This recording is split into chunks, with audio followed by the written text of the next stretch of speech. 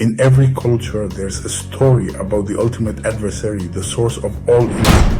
You've probably heard him called the devil or Satan.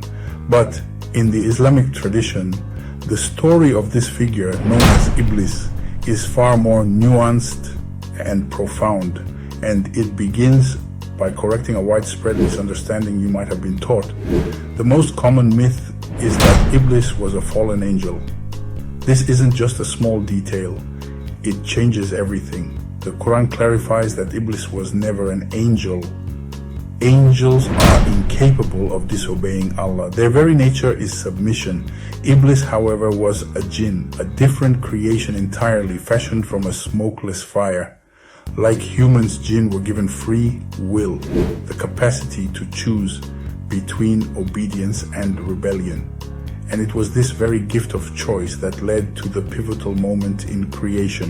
When Allah created the first human Adam from clay, He commanded all those present, including the angels and Iblis, to prostrate in respect. The angels obeyed instantly, but Iblis, consumed by his own sense of superiority, refused. His reasoning, I am better than him, you created me from fire and him from clay. This was the first act of racism, the birth of arrogance. It wasn't a battle of power. It was a rebellion born of pride.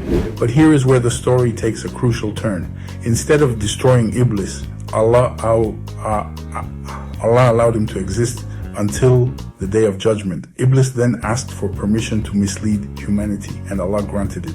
Not because he needed a rival, but to establish a trial. This life became a testing ground, a way to distinguish those with sincere faith from those who are easily swayed.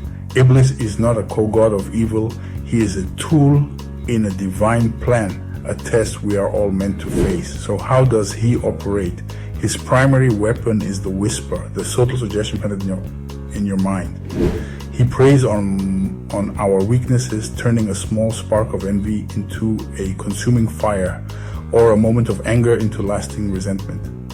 He makes you feel self-righteous in your judgment of others, and he even works through people who appear pious, using their good deeds as a cloak for their arrogance, causing division and chaos. But his power is limited. He can only suggest, he cannot force. And Allah has given us the tools to fight back. The first defense is awareness. Recognize the whisper for what it is. The second is remembrance or dhikr, filling your heart and mind with the praise of Allah, leaving no room for darkness. When you falter, turn back immediately in repentance. Every temptation you overcome isn't just a victory. It's an opportunity to strengthen your faith and multiply your reward. Understand this. Iblis is a defeated foe.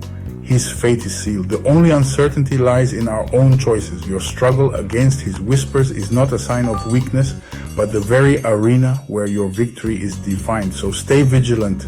Seek refuge in Allah from the outcast. And remember every single day that this trial is not meant to break you. It is where your faith is polished, proven, and forged.